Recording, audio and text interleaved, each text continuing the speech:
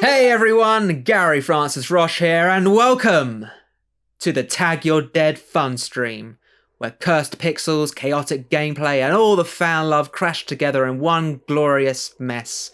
Tonight's gonna be wild! I'll be diving into what's probably way too many rounds of the Tag Your Dead game demo, now officially live on Steam in case you haven't bought your copy yet, and answering your questions live as we celebrate a pretty special milestone, guys. It's been a whole year since Demo N dropped, the little indie horror flick that somehow made it onto big screens. Shout out to Rich Mix in London and festivals like Shockfest in Vegas. Honestly, it feels like I was just hitting play on that premiere yesterday. Speaking of Shockfest, bit of a bittersweet update, they're officially wrapping things up, guys. For those of you who know the fest, you know what a huge deal that is. They've been absolute champions for indie creators, pushing boundaries, spotlighting weird and wonderful stories, and building a legit global community along the way. From their radio hour Q&As to behind the scenes support, they've been the real deal. So huge love and thanks to the entire Shockfest crew. You've meant the world to filmmakers like me. So yeah, support indie festivals, support indie films, always. Quick heads up, I'll try to keep things spoiler free tonight since Demo N is still making its way out into the world. Details on the wider release are coming soon, and I will be spilling a little tea at the end of the stream. Can't say much yet, but the distributor who picks it up, I'm psyched. Like, truly can't wait for you to see it levels of psyched. But let's talk about the game, Tag Your Dead, aka the cursed film turned cursed video game. Right, after Demo N premiered on Found TV on April 1st, of course, because nothing says cursed like an April Fool's launch, people started asking, wait, can we actually play this game? Or if this game actually existed for me to buy, I would most definitely play it. And honestly, that blew me away.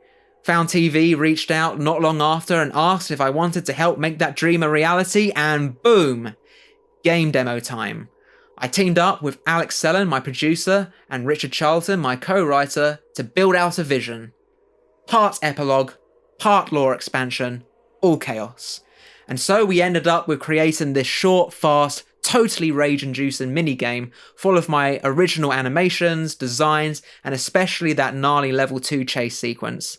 Think Flappy Bird, but with more screaming and weird sprites coming for your soul. You play as my in-film avatar, dodging flying cursed code while being chased by a brutal AI that, yes, is totally unfair, but that's the point. Oh, and fun fact, the game was coded in Unity by Avery Lavella, son of Louis and Monica, the founders of Found TV. He basically Frankensteined all of the in-game assets into a playable beast, and let me tell you, the AI is merciless.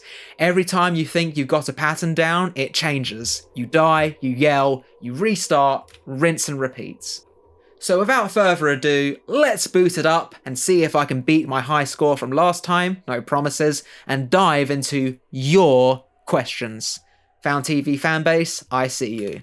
Let's go! Alright, so, first question. What was your favourite part to animate? Oof, that's a tough one. Honestly, I enjoyed animating all of the sequences. Each came with its own set of challenges and rewards, but if I had to pick one, I'd say... Right, I'm like split between these two, but I'd say for today... I'd say the level 3 boss battle sequence was my favourite. It's this action-heavy sequence that was a total homage, or shamelessly rip-off, really, of the Simpsons arcade game. If anyone remembers the final level where you fight Mr. Burns in a mech suit inside the nuclear power plant. Yeah, that's exactly what inspired it. I literally copy-pasted someone's walkthrough of that boss fight to build the structure of the scene. And as a lifelong Simpsons fan, that kind of absurd, cartoonish violence paired with creepy, surreal vibes really spoke to me. I especially love doing the voiceover, just me losing it into a mic, you know, balancing the comedy and chaos to make it feel like a real-time gameplay session where my friends' lives were on the line. That said, the level 2 scene, which this demo is actually based on, was another highlight. It had so many moving parts and took a lot of work to pull together, but the response to it made it all worth it. Every animated section had its own unique flavour, of course, but if I had to choose just one, I'd say level 3 takes the crown.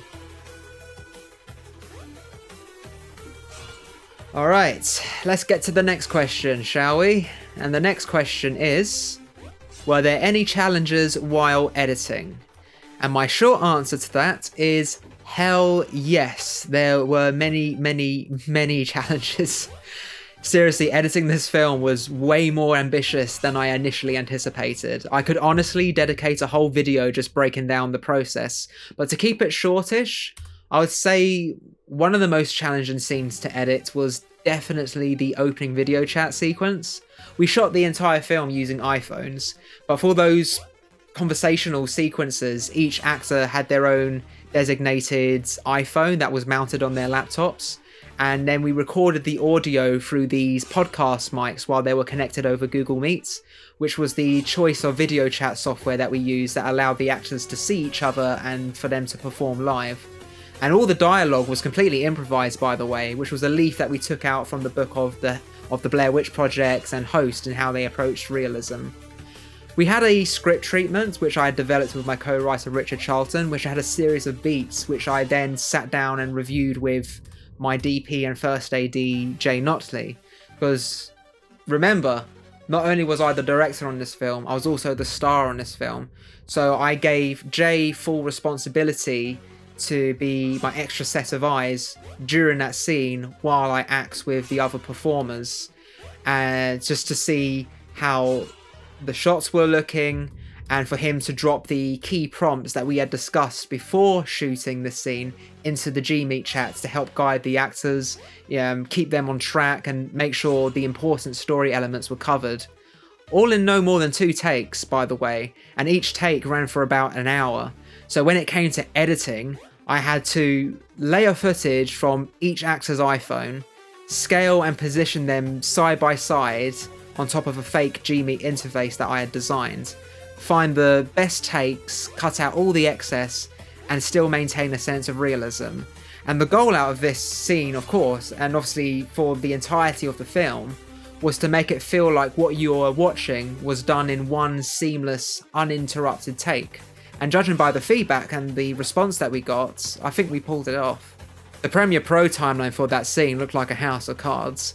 After several rough cuts and rounds of feedback, we trimmed it down until we found the right pacing, allowing the audience, because what we wanted to do was we wanted the audience to spend some time with these characters for about 16 minutes or so, getting to know them before we launched into the game. The other major beast was the level 2 chase scene. I had to sync up the best takes of me and Nathan's reactions with gameplay footage we created in-house. That meant, compositing multiple layers, creating smooth but kinetic camera moves in post, and wrestling with long render times, crashes, and storage issues. Oh my god, it was brutal, I tell you. It was not fun. Not one iota.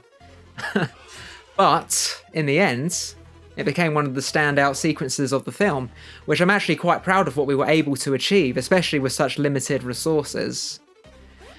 But anyway, that's the short version, believe it or not. I'd love to do a full behind the scenes breakdown of the process one day. Next question. What were your inspirations behind the design of the demon? Aha! Now, the demon design was actually the first thing I tackled when developing the short film this feature is based on. It's a mashup of a bunch of influences that I love. Visually, the face/mask, you could say, takes a lot from the video game Hollow Knight, especially that minimalist haunting look. The big empty eyes are directly inspired by Jack Skellington from Tim Burton's The Nightmare Before Christmas. The red hood and shawl are a mix of Six from the video game Little Nightmares and classic Red Riding Hoods. In terms of posture and proportions, I pull from Georgie and Stephen King's It, giving it that hunched, childlike eeriness. And for the jagged smile, I looked at Smiley. If you've seen that film, you know exactly the kind of unsettling vibe I was going for. So yeah, the demon is basically a Frankenstein of all those references, but it came together into something that hopefully feels unique and creepy in its own right. Next question. How did working with a limited budget shape the way you approached fear and tension on screen? Well, the beauty of independent filmmaking, especially in horror, is that the limitations force you to be creative.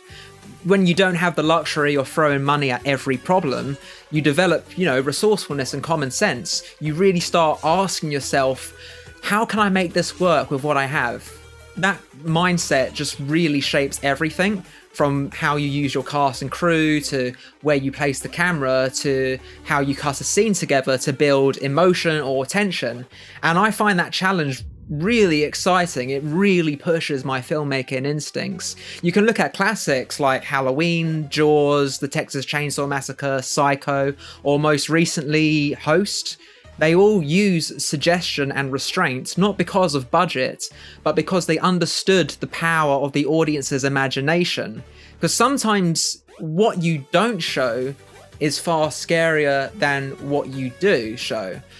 We tried to capture both approaches in our film, actually, balancing subtle psychological tension with moments of payoff to create not just jump scares, but all the other important aspects of an effective horror film, like atmosphere, building the suspense, and a genuinely fun horror experience.